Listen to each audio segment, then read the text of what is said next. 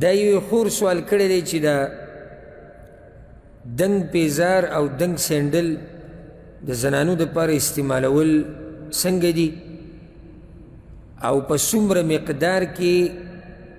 چې دنګ یې نو استعمالول یې جایز دي. الجواب، یاده کئ دا مسله چې کوم ملګري ناست دي، څوک مې ویني څوک مې اوري او خپلو کورونو کې خپلو خویندو ته میاندو ته ښځو ته ټولو ته یې بیانه کړي. دا دنګ پیزار او سینډل استعمالول د زنانو دپاره دا نه دي جایز، ځکه چې دې کې یوه وجې راته بیانومولې نه جایز. یوه وجه دا ده چې دې کې نقصان دی د زنانه ته او یره ده د ولیدو، او شریعت موږ ته دا ویلي دي چې د خپلو ځانونو به حفاظت کوئ. ولا تقتلوا انفسکم ولا تلقوا بایدیکم الی التهلکه، هغه ځي ته لاسونه مه اچوئ چې تاسو پکې هلاک کیږئ. یو وجه دا ده. دویمه وجه دا ده چې دې کې دوکه ده او دا زنانه دنګه ښکاري د هغه قد نه چې کوم د دې خپل دی، نو دې کې دوکه هم دننه ده. درېیمه دا چې په دې کې ښایست راښکاره کول دي پردو خلکو ته، او الله یې دې نه منع کړې ده ولا یبدین زینتهن، او دا زنانه به خپل ډول نه راښکاره کوي مګر هغه چاته چې ښکاره کول جایز دي، لکه خاوندان شو، د پلار په مخ کې لکه هغه ځایونه ښکاره کول چې د هغې شریعت اجازت ورکړی دی، مخ، لاسونه، ویښته د سر،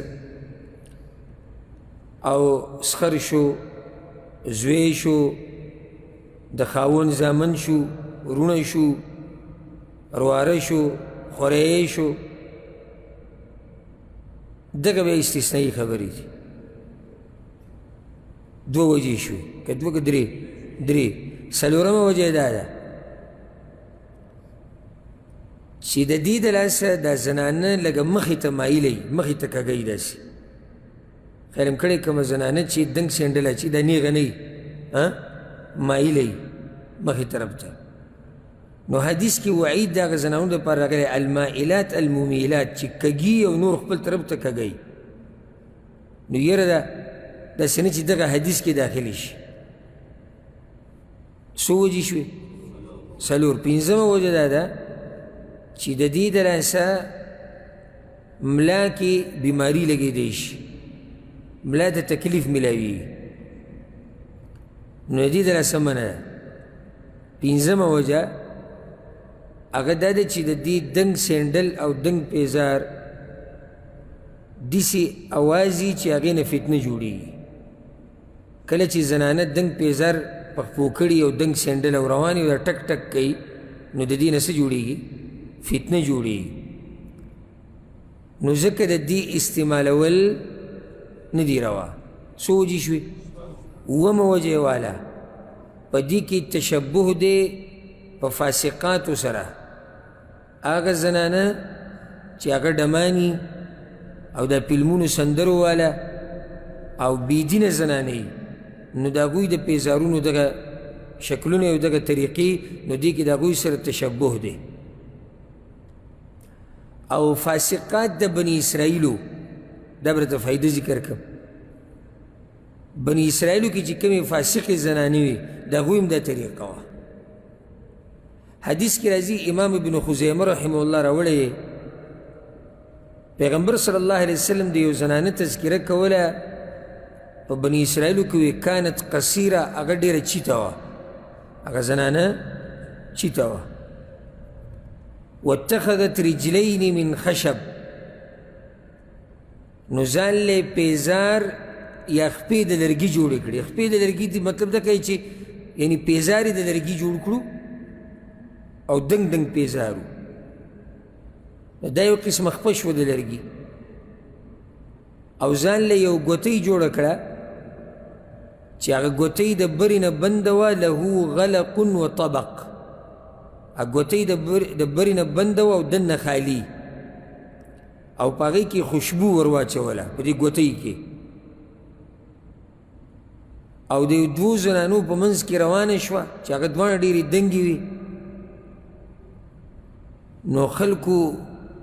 دا کتو چې دا دوه خو مونږ پېژنو خو چې دا درېیمه څوک ته نو ویې نه پېژنده چې دا څوک ته ځکه چې دا خو معروفه د زنانه په دې چې دا خو د قد نه چیته ده نه دا بل څوک ده نو خلک هم دوکه کړو او دویمه ده چې کله به د نارینهو په مخ کې تېرېده نو دا ګوتۍ به یې کولاو کړه چې د خوشبو په هغوی ولګي بل دا چې د نارینهو په مخ کې به تېرېده او داسې دنګه به هغوی ولیده او دا ټکا به یې جوړه کړې او د لرګي خپې وي او پوندې غټې غټې لګولې وي نو د هغې د لاسه به هلکان نارینه په فتنو کې اچول نو دا د بني اسرائیلو کمې فاسقې زنانه چې وي د هغوی هم دا حال و هغوی به دا دنګ دنګ سینډل او دا دنګ دنګ پیزار استعمالول چې هلکان په فتنه کې واچوي نو د دې نه ځان ساتل پکار دي خو د دې خور دا سوال دی چې بیا څومره دنګوالی څه حرج نه دی نو په هغې کې عرف ته واپس کېده غواړي د هر وخت خپلې خبرې دي چې دومره مقدار کې دا پونده دنګی چې دنګوالی ورسره نه ډېرېږي ډېر لکه فرق ډېر نه راولي هسې معمولي غونته کې دنګې او دا زنانه د هغې د لاسه مایله کېږي نه نقصان ورته نه رسي نو بیا پکې څه حرج نشته ځکه چې داسې خو پیزارونو ته پوندې راځي او څه نه څه پیزار چې هغه څه دنګي او مطلب دا نه چې هر پیزار چې هغې ته پوندې دا حرام دی نه چې دومره اندازه کې ورته پوندې چې هغه څه فرق نه راولي د زنانه په قد کې یا که راولي هسې چې معمولي پته هم نه لګي او فتنه ترې نه جوړېږي زنانه ته ترې نقصان نه رسي نو بیا څه حرج نشته خو دا بعض موږ لیدلي په خپلو سترګو باندې دومره پونده دی دومره او چې دومره پوندې دا فرق راولي په دنګوالي کې که نه دا انچ دوه څومره فرق راولي او چې دومره پوندې په پښو کړي خپې هم خرابه شي د راولېدو یره هم ښه داسې پکې هم شوي دي ګورئ چې په ډک بازار کې زنانه راولېدلې ده داسې پکې هم شوي دي په ډک بازار کې زنانه راولېدلې ده او بې پرده شوې ده نو کله چې داسې کار څوک کوي چې هغه د شریعت خلاف وي نو په هغې کې لازم نقصانات وي په هغې کې لازم نقصانات وي والله اعلم دا یو ورور سوال کړی دی چې زه عمرې دپاره تللی ومه او موسم لږ یخ و نو جورابې مې په پښو کړې نو دا طریقه صحیح ده او که نه ګوره احرام په حالاتو کې جورابې استعمالول دا منع دي جورابې استعمالول د احرام په حالاتو کې دا منع ځکه خو پیغمبر صلی الله علیه وسلم دا ویلي و وی که د چا سره پیزار نه نو موزې دي په خپو کې معنی دا چې بغیر ضرورته موزې نشي په خپو کولی نو دغه شان جورابې په خپو کول د نارینه دپاره دا د احرام په دوران کې ناروا دي او که د چا ورته ضرورت را پیښ شي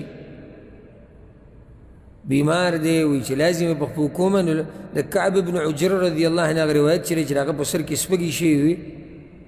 او د احرام په حالات کې پیغمبر صلی الله علیه وسلم ته یې ویښته لرې که او فدیة الاذا ورکه نو که دې جرابو استعمالولو ته ضرورت راشي